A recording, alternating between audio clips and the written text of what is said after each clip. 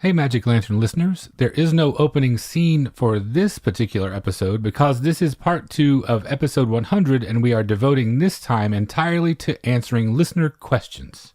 I was told this was going to be a medley of our hits. Maybe for you. Do you have any questions for me before we get started? Yes, I do.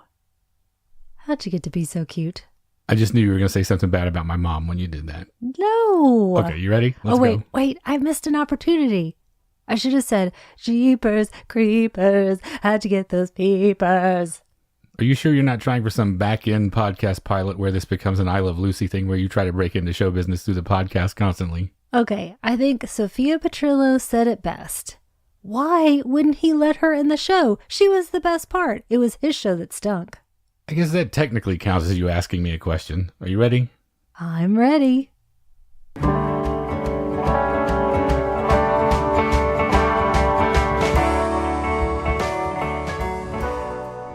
Welcome to the Magic Lantern Podcast, an ongoing informal discussion of the films we love and the things we love about them.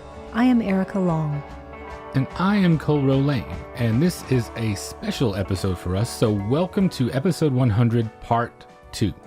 Since we wanted to make episode 100 a celebration of the folks that listen to the show, not only did we have listeners pick the movie that we talked about in part 1, we also asked everyone to contribute any questions that they had about us and the show. And we got some great responses. We're just going to alternate here, picking at random until we get through all of these burning questions from Lantern listeners. Where do you want to start? A question that was not asked of me. Why does my voice sound so weird today? I just came from swim class and my allergies are bothering me. I thought maybe someone wrote in and asked you to do your best Kathleen Turner impression for the show. I wish I could. Let's begin with Jordan Courtney's question. He asked, I'm curious what y'all's prep time and recording time looks like. Do y'all script anything or is it all off the cuff? I'm starting up a pod soon, so I'm interested in other people's processes. We should add that Jordan's podcast that he's talking about is a podcast called Film Shake, and it's awesome, and it's going to be on our new network, The 25th Frame, so check that out. He just released his first episode about Ugetsu today, and it's great. And I also wanted to make a note that Brad McDermott asked this same question pretty much, so we're going to roll those two into one here for our answer. So I guess we'll just go through the process from viewing through posting the episode. For the typical episode, for me, it usually goes like this. We'll watch the film in question, and we take rudimentary notes during that, mainly jotting down impressions, things we notice, chronology. And then over the next couple of days, we'll do research and flesh out those notes. My end product usually comes out to be an extensive outline of what are essentially greatly expanded bullet points. I try to think of everything I might want to touch on or that you might be thinking about. Since we have a good feel now for how each other approaches this, if we know we have specific questions for each other ahead of time, we try to share those at least, so we can have it in the back of our minds as we work. That outline will loosely follow the chronology of events in the film, but I try to make it modular. It's usually grouped by themes or general focus, so I can jump to whatever section I need depending on what you bring up. Lengthwise, my notes usually run 8 to 10 pages or between 4,000 to 5,000 words. The Paris, Texas episode was 8 pages and about 4,500 words, for example. So it's not exactly scripted in the traditional sense. When I think scripted, I think of stuff on the Parcast network. But we have thoroughly considered or tried to anticipate anything that we might possibly want to include and have written out at least reminders about those things. Then we see where those pieces fall as we talk, and we just shape it further as we go. What you don't hear, the part that gets edited out, is that's a perfect lead into this idea I have, can we go there next? That sort of thing. We don't look at each other's notes beforehand, except for knowing that handful of questions, so there are still plenty of surprises for each other and room for spontaneity. Recording sessions for a regular episode usually take about 2.5 to 3 hours, but a lot of that is because we have so much outside noise interference, we don't have a soundproof environment. So there's a lot of working around neighbors mowing, airplanes, motorcycles, etc.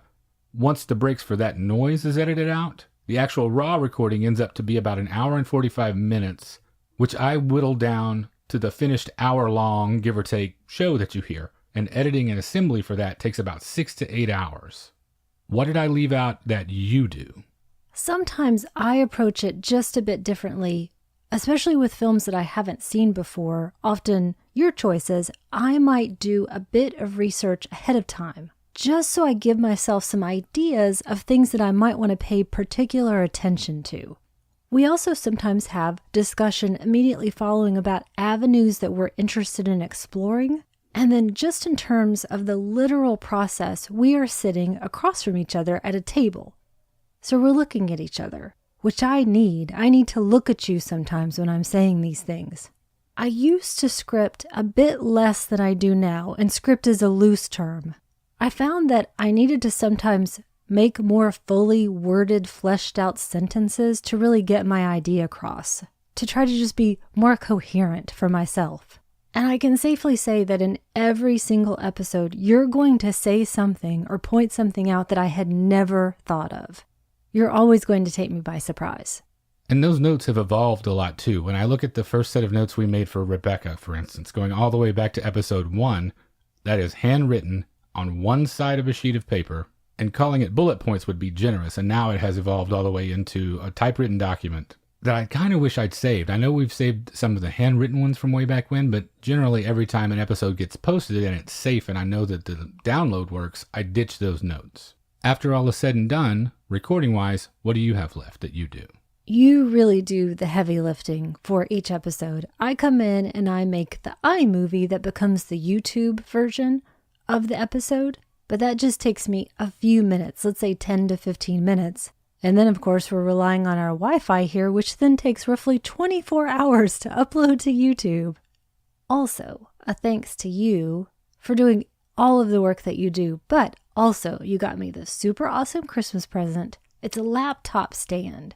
So I have my words in front of me at my eye level so I can look at you and my words. It's pretty great. This isn't some 2-bit operation you're talking about here. Yeah, so altogether, on my end at least, for every regular episode between viewing, research, editing, and doing the social media work that comes after, I would say I put in about 20 hours per episode in general. I think mine's more like 8 to 10.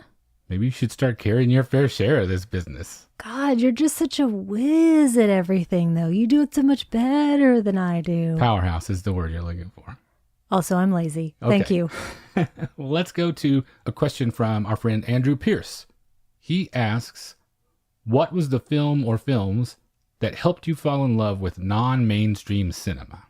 We were chatting about this a little bit before, and it's hard to go back that far in my memory these days. So really the first one that came to mind, even though this is fairly mainstream, is A Room with a View. I saw it when I was about 10 years old, and to me it was incredibly non-mainstream. It had interstitials. It had nudity in it. And I fell in love with it and its world. It reinforced my Anglophilia, so it was a huge thing for me. I would say Merchant Ivory was probably pretty non-mainstream for at least Boise, Idaho in those days. That was Roanoke, Virginia. Ah, okay. Same difference. Yeah, it is, really. What about you? I would have to say Gregory's Girl. It's still such a favorite. I feel like it specifically saved me from a life of multiplexes and mainstream cinema. I belong to that generation for whom John Hughes movies were supposed to be the be-all, end-all depiction of what adolescence is all about, and they just never felt right to me. It felt like such a lie. Like I was being sold a bill of goods and it didn't reflect my experience at all. It felt so slick and streamlined, and I just wasn't having it. Then came Gregory's Girl, and that felt like home. It wasn't in a hurry. I didn't feel like it was pandering. It was gentle and true and didn't have the rough edges sanded off, which is the part that I think I really related to the most. It didn't do that dumb thing where it slots characters and then by extension viewers into handy little groups to be easily understood or marketed to. It came at a time when I was looking for something but maybe couldn't even have articulated it, and yet there it was. It was like getting a lovely little gift that said, hey, I know those things people are pushing at you aren't satisfying you. Take heart. You don't fully understand yet, and that's okay, but that's not all there is. Let's go to listener Leon Huxtable's question, specifically because I don't know the answer because I don't understand the question. Okay. I need you to explain it to me. I get that this is a reference to something, but I don't know what it is. And the question is, where is the love? Well, Leon is our dear friend from Melbourne, who does the podcast Yeah G'day. And if you want a regular dose of culture from down under, then this is the show for you. And I mention this because this answer has an Australian tie-in.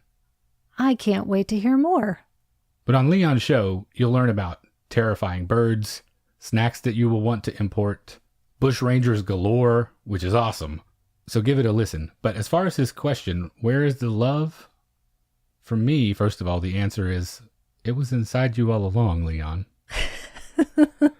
I assume Leon asks because he is a huge Black Eyed Peas fan. I'm just guessing that. Oh, Lord. Okay, wait a minute. I do know all the words to Let's Get It Started. And that's what he's referring to. That song, Where's the Love? It only went to number 8 on the US charts, but it went all the way to number 1 in Australia, so it may resonate more with him than us. I'm more of a B-sides guy anyway, and I would just like to mention that the B-side to this song was a song called Something for That Ass. That does sound like a Lantern favorite. That went to number 1 in the Republic of Coal. So, to sum up, I would like to answer his musical question with another musical question. Now that we found love, what are we going to do? Can I work an Andy Kim reference in here somehow? Is that possible? You could probably work an Andy Kim reference into anything you want. Boy, I am really pitching us old this time, right? I don't know what this us stuff is. Oh. Well, since you're steering us that way already, here's one that the oldies will understand, and hopefully this question will really hit them where they live. This question is from our friend Aaron West, and he asks, what lost film or print would make you jump for joy if found?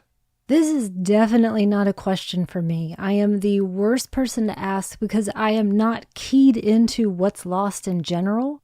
So whenever you tell me something's been discovered, I think, oh, that's great. But I'm going to go with just my first thought, and that's because it's something we watched very recently, and that's Love from a Stranger. It apparently is only in the public domain, and I like it a lot, and I wish that there was a nice print of it. Does that count? Sure, your show. You can make it whatever you want. Yeah, I usually do. I agree, though. That print that we watched not too long ago, it looks terrible. It looks like the most 6th, 7th generation degraded dub of anything that I've ever seen, which is too bad because that film has a really neat ending that I think mystery fans, Agatha Christie fans, would love to see that film if they knew that it was out there, and especially if it was in good condition. There are a few for me, and I know this one is probably on your radar. You'll recognize the name when I mention it. Todd Browning's London After Midnight with Lon Chaney is obviously high on any horror fan's list. That one seems to come up anytime this conversation is had. I've seen the version that Turner Classic reconstructed with stills in the original script. Did you get to see that? No, I haven't seen it at all. I'm glad they did that, but what a thrill it would be to see Chaney skulking around in that makeup in action. I've had images of that dancing around in my head since 2nd grade when I ordered a weekly reader book club about classic horror movies. That image has just been burned into my brain for decades now. Aside from that big one, which is one that, is very common, I have a few that might be a little more off the beaten path. There are a couple, actually. Batman Fights Dracula, which was made in the Philippines with absolutely no input and especially no approval from DC Comics. I think it would be the holy grail for a label like Mondo Macabro to get, but I know that there's just no way they could release it with all the rights entanglements that would come up with DC. It seems impossible, so it's very much one of those, hopefully somewhere on the gray market I'll find one day. And the other one that I would like to see is called Convention City. Even with Dick Powell in it, I want to see it. That makes it rich and rare. That's got to be a big deal, yeah. This is a pre-code sex comedy, and it's directed by Archie Mayo with one of your favorites, Joan Blondell. It also stars Adolphe Menjou and Mary Astor, and it was a real victim of the Hays Code. It was made just as all that was looming on the horizon, and rather than go through a protracted battle over it, Jack L. Warner ordered all copies of it destroyed. It was reputed to be pretty saucy. I'm a little shocked, though, because I can't imagine you would want to see Dick Powell even saucier or smugger than he normally is, and he probably sings in it. I'll give you a line of dialogue that balances all that out for me. Here's just one sample. Now you take off that dress and I'll take off my toupee. I actually have hopes that this will turn up eventually, as it was circulated widely originally and it wasn't destroyed until relatively late in the game, 1936. So it's probably out there in a basement or an attic somewhere. This next question is from friend of the show and podcaster Travis Trudell. What film would you want to go back in time and experience with an audience for the first time? It wouldn't be so much one particular film as an experience. I want to go back in time to the brief heyday of the Midnight Spook Show. These were basically traveling magicians that would rent a theater to put on a horror-themed magic show, and it had girls and ghosts and gorillas, and then they would show an appropriately themed movie along with it. But the movie is almost incidental in that situation. There are a number of great choices you could make, though. The original Frankenstein would be great. Any Atomic Age creature feature, the original House of Wax in 3D. I just want to be in that amped up crowd of juvenile delinquents when they drop the fake spiders on everybody. Or a monster runs out into the audience and carries off the person sitting next to you, who was obviously a plant. But still, it seems super fun. What about you? I picked kind of a similar thing. I want some gimmicks. And so I picked two ideas, earthquake and then female trouble. I want seats to shake and I want the theater to stink. When we open our own theater, is that going to be our tagline? Yes, plus $12 popcorn. But it's really good. This one comes from our friend Jane Sankner, and she asks, which film or filmmaker have you had the most challenging time convincing others to embrace? Besides The Spy Who Dumped Me, I really look at life as kind of before you and after you. My entire life before you was convincing anyone to watch anything. I once had a terrible date where the guy didn't get the Goodbye Girl. Enough said. Deal breaker. Yep. Nowadays, I just typically don't bring up film in general, especially at work, as I tend to get blank stares and it's just kind of terrible and disheartening. So instead, I'll flip the answer and say that my mom had the toughest time convincing me to embrace The Quiet Man. I never embraced Roy Rogers, by the way. I was going to ask about that, if you ever went down the Gene Autry, Roy Rogers path the way she wanted you to. Ugh, never. Not for lack of trying. Did she ever try Zorro? It seems like that would have been super fun for a kid. I don't remember much Zorro, no.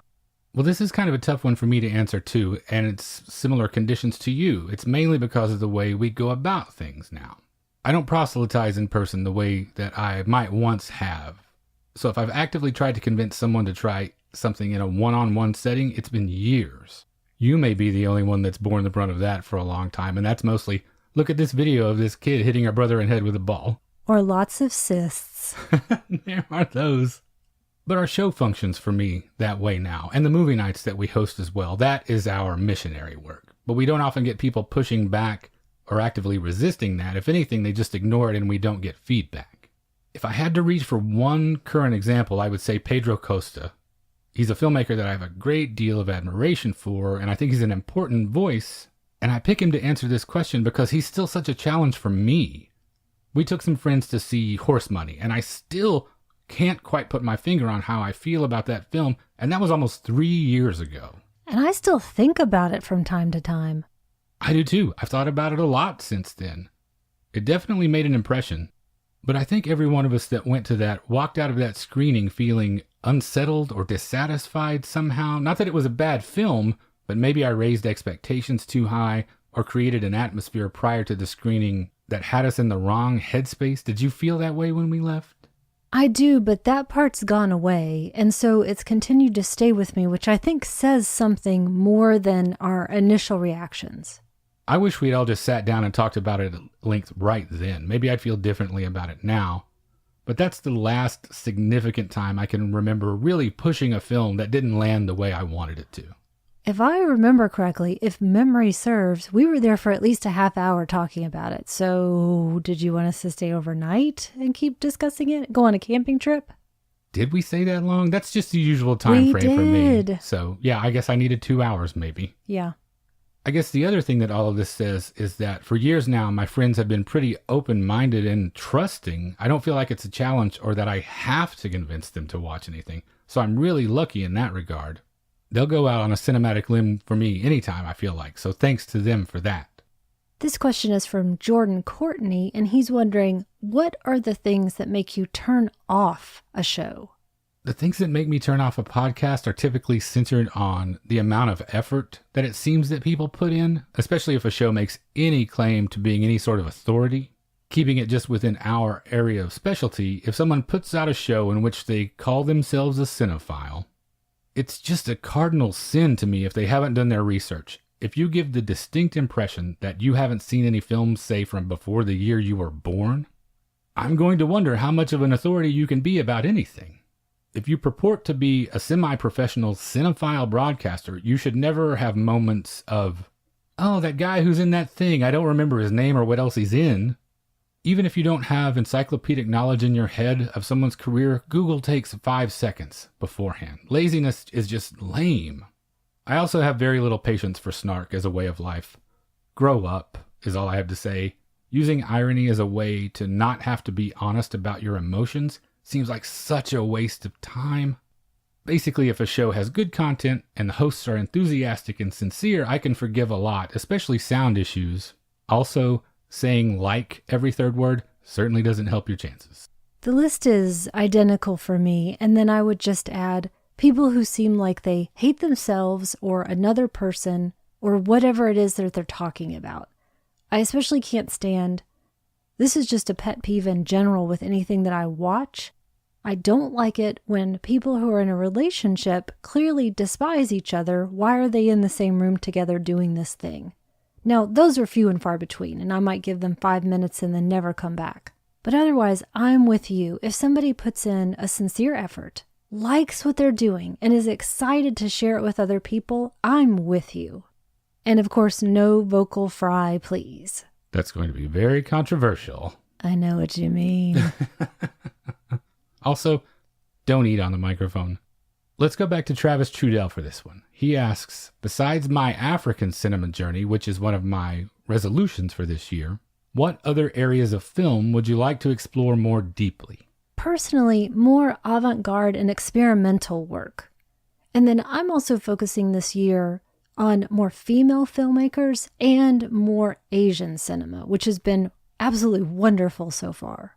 For me, it would be the Middle East and Mexico. They have similar hindrances as the African film industry. There's a lack of filmmaking infrastructure relative to other places. There are distribution issues. There are also major difficulties regarding censorship in the Middle East that further complicates things. Some of my favorite films come from those two regions. Buñuel's Mexican films. The golden age of Mexican horror in the 50s and 60s is amazing. Abbas Kiarostami is a favorite. Once Upon a Time in Anatolia is a masterpiece. And that's just the tip of the iceberg, so I know just enough to know that there's so much more to know. Asghar Farhadi would probably be the next place I would go. About Ellie and The Separation are both fantastic, and his films are easier to get than most Iranian directors.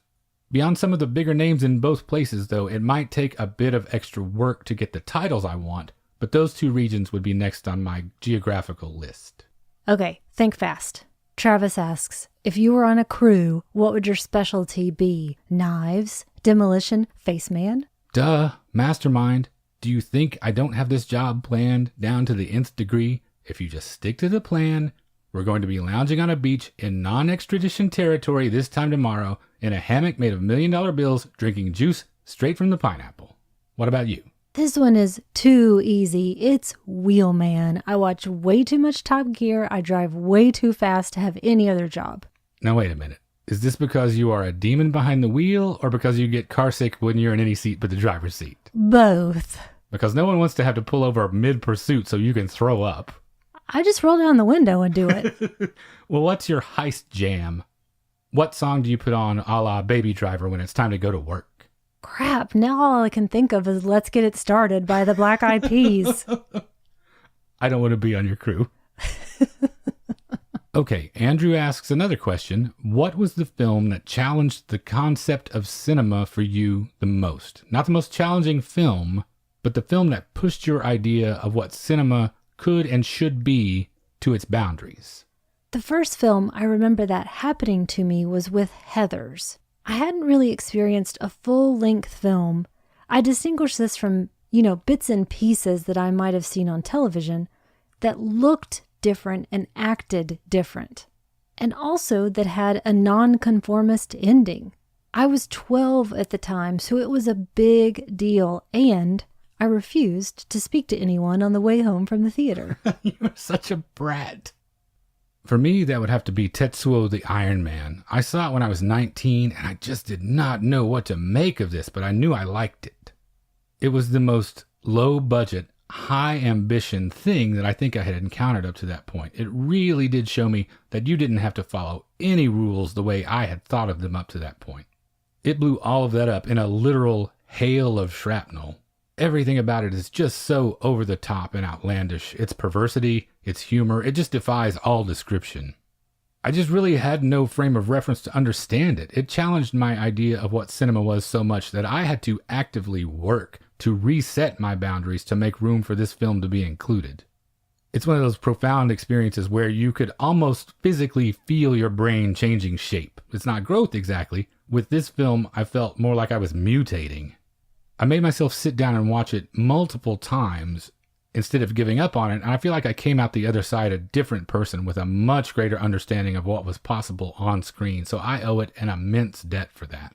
Aaron asks if you could meet and interview one living filmmaker, who would it be? This seems like it should be hard, but this is really easy for me to narrow down currently. It would be Barry Jenkins without a doubt. It may seem a little counterintuitive to not choose one of my Mount Rushmore people, or someone influential with a huge filmography like Alfred Hitchcock. I'm thinking more in terms of who do I actually want to sit down and talk to? Who do I want to be across the table from? And I can't think of anyone with whom that would be more enjoyable than Barry Jenkins. I just love his enthusiasm for cinema.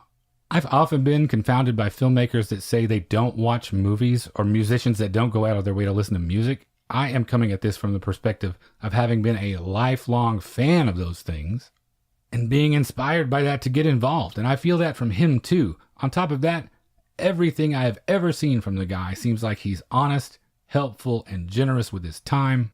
He's constantly building up other filmmakers, amplifying their voices, and working towards a more diverse and inclusive cinema.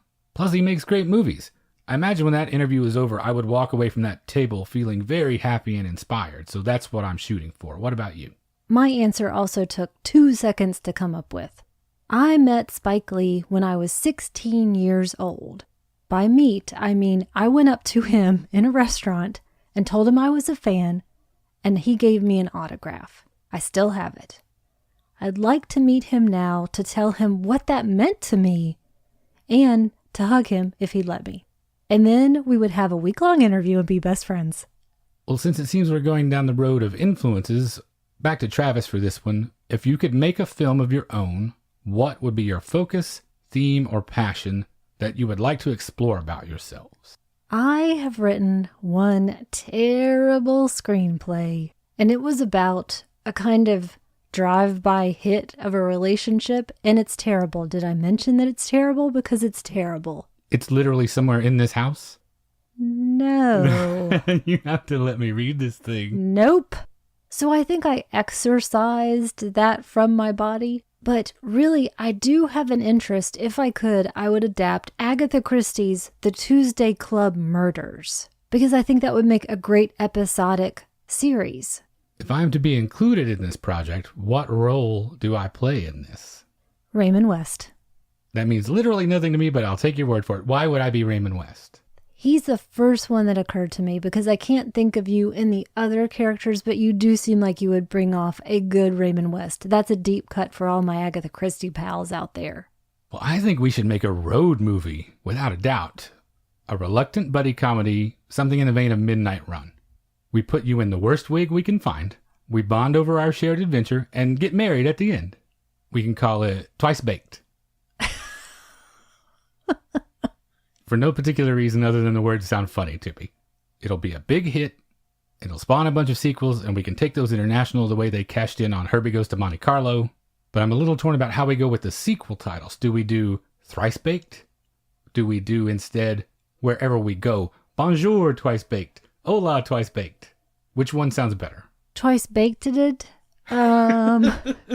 Yeah. Twice Baked 2, The Baconing? Carry on, Twice Baking. Oh, perfect, yes. I think that means we get to go through Idaho on one of the trips, right? That's where we start. Or is it completely unrelated and then everyone just can't figure out what's going on? Oh no, J.R. Simplot is the villain in this picture. He's the villain in every picture. Okay, I'm serious about the road movie part though. At this point in my life, I think I'm beyond startling revelations, so I think it would probably be something more like The Trip, where we could go to cool places and eat great food and you could do your Michael Caine impersonation. I just want to get out and go and have the time of my life with you, and just accidentally we put it on film and get paid for it. Back to Andrew with this one. Who are your Mount Rushmore of filmmakers? That would be Werner Herzog, Chantal Akerman, John Cassavetes, and Robert Altman. It's basically my eternal monument to emotional turmoil. There really is no filmmaker more important to me than John Cassavetes. We just don't have American independent cinema the way we know it without him. It's more than that, though. It's his working method and the impact that he has on people that really gets to me. It's family. It's not just an acting job. We're going to plumb the depths. We're going to reach magnificent heights. It's going to be goddamn difficult, but we're going to do it together and never forget what we learned from it. I picked Chantal Akerman because she makes me look again, and then look even closer still. She forces me to focus so much that after I think I've seen everything there is to see, then gotten bored, then maybe even gotten frustrated, she's still there with her gaze locked saying, "Look, now do you see it?" And she's right every time. Every time her perseverance shows me something that I missed or neglected. Robert Altman is there for his beautiful, sprawling, overlapping messiness. There's nothing clean or neat about this big American crazy quilt of his filmography, and I love it for that. Does your reach exceed your grasp sometimes? Who cares? You don't make great art by playing it safe. And finally, Werner Herzog is there because if anyone deserves to be appropriately enshrined in granite on the face of a mountain, it's him. I truly love this man and the films that he's given us. He is on an endless quest for knowledge, so unyielding and magnificent. What better face to have up there, eternally staring down the ravages of time and the elements? What about you? Thank you for a couple of those because I can now sub them off of mine so I can get more. I think my initial list had maybe 12 people on it, and then I realized, oh crap, it's Mount Rushmore. I only get 4. Somewhere along the lines, are you going to try to sneak in a Crazy Horse? No, I'm not doing anything sneaky. After much struggle, I'm going to go with Claire Denis, Richard Linklater, Frederick Wiseman, and Hirokazu Koreeda. I didn't really go into a ton of detail here. Claire Denis has made beautiful films, one of which has become my new favorite thing that I just saw a month ago. Everything I see of hers becomes my new favorite thing. Richard Linklater, the person who makes Boyhood and the Before trilogy, those things will live in my memory forever, making my life better. Frederick Wiseman, it was a difficult decision to pick my favorite documentarian, but every single thing he does changes my life. And then finally, Koreeda has made possibly my favorite film-going experience of the last 10 years. That's a pretty good list, actually. I mean, that's 4 that you cannot quibble with for sure. Do you want me to tell you who my backups were? Sure, who are your alternates? Tarkovsky, Okay. Lubitsch, Martel, Lee, Seidelman. Herzog was on there. Bill Morrison, I really had to struggle. Hitchcock. It's kind of ironic, actually, that Hitchcock is not up there, considering North by Northwest. He already made his mark. Okay. We still got some more questions, right? Yeah, we still have a few to go. Let's go back to Travis for this one. And this is appropriate since we were just talking about 2 of these people that he mentions. Travis asks, fuck, marry, kill. We're going to play this game, and our choices are Werner Herzog, Alfred Hitchcock, and Apichatpong Weerasethakul. I want you to tell me your order first before you tell me your reasoning, because I think our order is going to be the exact same. Okay, let's see. Marry Herzog, fuck Weerasethakul, and kill Hitchcock. Exactly the same. Yeah, it was too easy almost. Okay, but here's my reasoning. Marry Herzog, obviously because I want to talk to him every day. I want to hear his soothing voice every moment before I go to sleep. I think Weerasethakul would be incredibly spiritually enlightening, so I go with fuck him. And then, of course, kill Hitchcock. I would trick him into helping me plan his own murder and plan the filming of it. Interesting. We arrived at the same order, but for drastically different reasons, I feel like. Out of these 3, I would definitely have sex with Weerasethakul because I know that he would take his time. That dude is in no hurry, and I would appreciate not being rushed. Plus, there might be ghosts involved. Or catfish. That's more your thing than mine. Herzog, he's been married 3 times. You have to have someone who shares your worldview, so I think it would be perfect. He says, it has somehow been harsh to live with me. I'd do it just because I know that he would write his own vows. I really want to hear what those would be. I'm just imagining both of you getting shot by a stray bullet like that time on the interview, and then both performing your own surgery. That would be our honeymoon. Standing at the altar, what I imagine is that he reaches into his pocket and pulls out the tiniest piece of paper you could possibly write this on and unfolds it and says, civilization is like a thin layer of ice upon a deep ocean of chaos and darkness. Matrimony gives me no comfort and still I embrace it. God. So that leaves Hitchcock to be killed. He's got it coming, right? As I did it, I don't know exactly how I would do it, but as I did it, I would look deep in his beady little eyes and tell him that this is for Tippi Hedren. Next, from Jesse Dampolo, what are the first films you both remember being your favorite films of all time? This one is super easy. The first one I remember being that galvanizing was Hold That Ghost with Abbott and Costello. That's the one I would pick because my first experience with it was so perfect, and I do still find the movie entertaining today.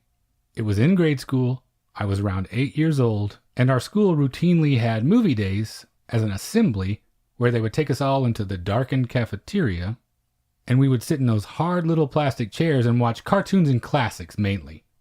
This is the one that sticks out though. I was sitting in the back, still my favorite place to sit, so I also got to hear the projector noise.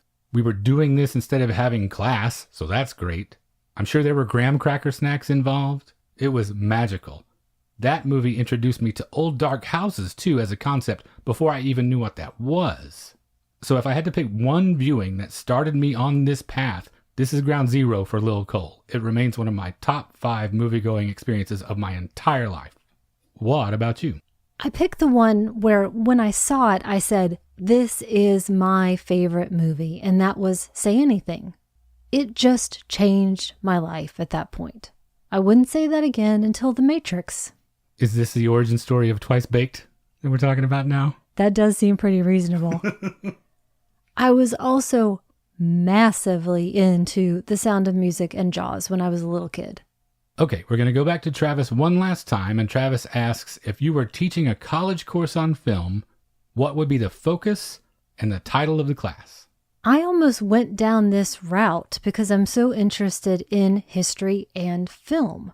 There's a book I love called Past Imperfect. It's History According to the Movies. You got a copy for me because you knew that I loved it.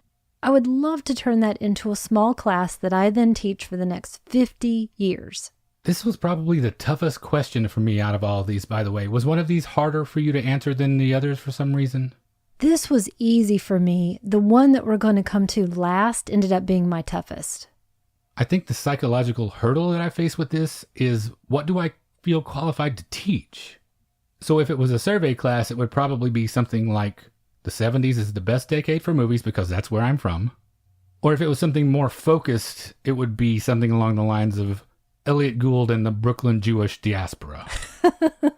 I love Elliot Gould, so it would give me a chance to talk a lot about him. And then when I tack on that faux academic subtitle, that widens the scope a little bit so I can throw in Harvey Keitel, Joan Rivers, Richard Dreyfuss, Eli Wallach, B. Arthur, Mel Brooks, Michael Lerner. You tell me that wouldn't be a super fun class? I want to come. Can I be your TA? I will make super secret office hours just for you, and you'll probably get me kicked out of this joint. Now we come to the final question, and I think it's a doozy. This is from Jacqueline Gianaris. Which roles would you like to have seen cast with different actors? I wanted to approach this a couple of ways so we can make sure and cover what she might have been asking. I still might miss it, but at least we're going to do 2 versions of this question. First, thinking of who might improve a film in one way or another, and then I want to dreamcast a little bit, something like we did during our Raiders of the Lost Ark episode, where we take a film and put it in a different time but with a contemporaneous cast. Starting from just the standpoint of someone being miscast, I immediately think of anything Leonardo DiCaprio is supposed to be playing anything other than a boy. Did you see Shutter Island? No, I just read the book. It's like me at 5 years old when I used to go to the closet and put on my dad's coat and flop around in his boots and play grown-up. All he's missing to complete the look is my cowboy hat and my stuffed monkey to drag around. And it will always be that way with him no matter how old he gets. Someone similar to me, but a little less obvious though, I think, might be John Malkovich. He is someone that I think is a fantastic actor, but gets miscast all the time, particularly with this most recent incarnation of Hercule Poirot, or when he was Lenny in Of Mice and Men. There's always something behind those eyes that makes me just not believe that. But if we're thinking of a whole film instead of just a single performer, I have to say Francis Ford Coppola's adaptation of Bram Stoker's Dracula, obviously. Winona and Keanu are obviously the biggest stumbling blocks there, but Monica Bellucci is essentially the only one I would keep, maybe Richard E. Grant. It just didn't work for me. I like Gary Oldman a lot, but can you imagine how good it would be if we replaced him with Daniel Day-Lewis? This was 1992. This was around Last of the Mohicans era, Daniel Day-Lewis. So you've got that aquiline nose, you've got that imposing figure. As much as I love him, Renfield is not supposed to be as robust as Tom Waits is. I would replace him with Alan Cumming, or maybe even Rick Mayall if you wanted to lean into the comic relief of that part a little bit. I would replace Winona with Kate Winslet. I would replace Keanu with literally anyone. Jerk. You're just jealous. You would be less miscast in that role than he is. I could do pretty well in that part, I have to say. Seriously though, Jonathan Harker should be a little more slight and bloodless, ineffectual just in a different way, not in a surfer way. Not in a surfer way. So Hugh Grant maybe is the first person that springs to mind. And I know Keanu gets a lot of grief for this, but Cary Elwes is just as bad as him in this and a number of other things. I'm putting that on the record right now. So replace him with Martin Kemp or Gary Kemp or any other member of Spandau Ballet that you want to put in there. Anthony Hopkins is always good, but I want a Van Helsing that's not so free and easy as he was in that. I'm going to put Werner Herzog in it. I think you'll like this suggestion. Van Helsing needs to have experience, but I need him to have a little bit of that Prussian stiffness too, which I think is what you're angling for with Herzog. To show that resolve, I want Armin Mueller-Stahl for that role. That seems like a good way to go. I thought you were going to say Rip Taylor. Armin Mueller-Stahl still has that glint in his eye that tells you that he's daring enough to drive that stake when the chips are down, but he wouldn't be so devil-may-care the rest of the time. And last but not least, I'm giving Francis Ford Coppola the boot too while I'm doing this, because he's more responsible than anyone for this mess. So he has got to go. I say, 1992, give Ken Russell a crack at it. You've seen The Devils. Can you imagine an adaptation of Dracula that's that good? Now you make me want to see Oliver Reed in every single part. Somewhere. So how about the dream casting part? As far as taking a film into a time other than its own, I think it would be really fun to see a Golden Age version of Lord of the Rings. I know that cast is huge, so I won't do them all, but there are some things I would definitely like to see. Errol Flynn as Boromir. I know people would say immediately make him Aragorn because of the Robin Hood comparisons, but Errol Flynn is a corrupted hunk, not a pure-hearted hunk. William Powell plays Aragorn in my version of this. I'm struggling to remember who any of the characters are, so I'm just going to go with whatever you're saying. Okay, I'll draw the parallels.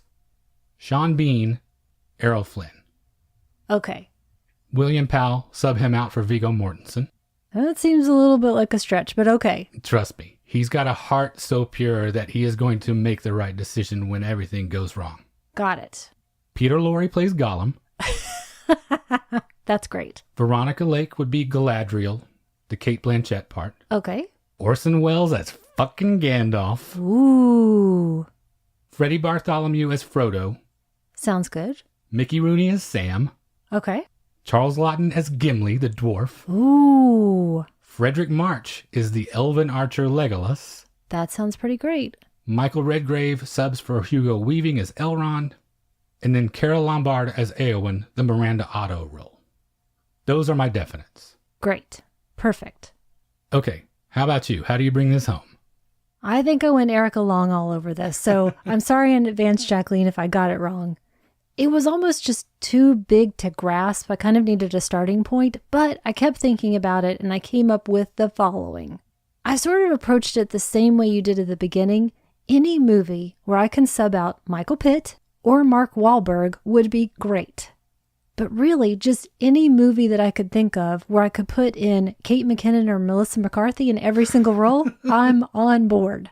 So I'm going to move on to my dream casting, and I've got 2 of them, so you have to bear with me. The first is because we were just talking about all the variations of Miss Marple. So I want to see the Snoop sisters today. And I want Loretta Devine and CCH Pounder to play the sisters. Regina King is their niece, who is also their cop liaison. And Octavia Spencer, Whoopi Goldberg, and Debbie Allen all need to be their cousins at some point. I want to see some awesome, mature ladies bringing some verve and zest to those roles. So then, for heavy drama, this is just for you. Okay. I love the look in your eye right now. Yeah. We're making an adaptation of Abducted in Plain Sight. Oh my God. Yep. This is going to be a free-for-all for the audience, basically. You can shout at the screen. Adult Jan is going to be played by the actual Jan Broberg because she is an actress. And young Jan is going to be played by Quvenzhané Wallis from Beasts of the Southern Wild, as I think she's just the most talented young actress. I also couldn't think of a ton, to be honest, and she came to mind immediately, though. So this is almost going to be like a Todd Solondz palindromes thing where you never know who might be popping up in or as which character. And I also reserve the right, since I'm casting this thing, I can change these roles at any time. B, the villain of the piece, is going to be played by James Franco, Jan's parents, Bob and Mary Ann. I know you're waiting for it. This is the one I'm most interested in. I got a good one for you for Bob. Bill Irwin. Oh, gross. That guy drives me nuts. That's why I picked him, and because I love him.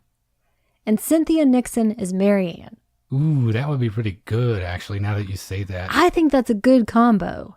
What about B's creepy brother who knew he was doing this stuff all along? Do you have anybody for that? Dog the Bounty Hunter. Perfect. And on that note, thank you to everyone for your questions. You really do know how to put a button on things. I can say that for sure. Sincerely, though, thank you to everyone that contributed questions to this. We hope it was illuminating or at least fun. I know I had a good time. How about you? I had a great time. I kind of feel bad, though, because B's brother wasn't that bad. Maybe Richard Dreyfuss instead if I'm trying to resurrect him. Split the difference. Mickey Rourke. That does seem pretty good. Just a reminder, if you ever have something that you're curious about, send it along. We don't have to wait 100 episodes to satisfy whatever curiosity you might have. We're good about responding on social media and answering emails, so if you have a question, ask away. I did all the housekeeping in part 1, so I won't duplicate that here. Instead, I will just say thanks for the support, for telling people about the show, and for how cool you've all been for the last 100 episodes. It's been a really fun time, and we appreciate all of you a great deal. And thank you for listening to the Magic Lantern Podcast.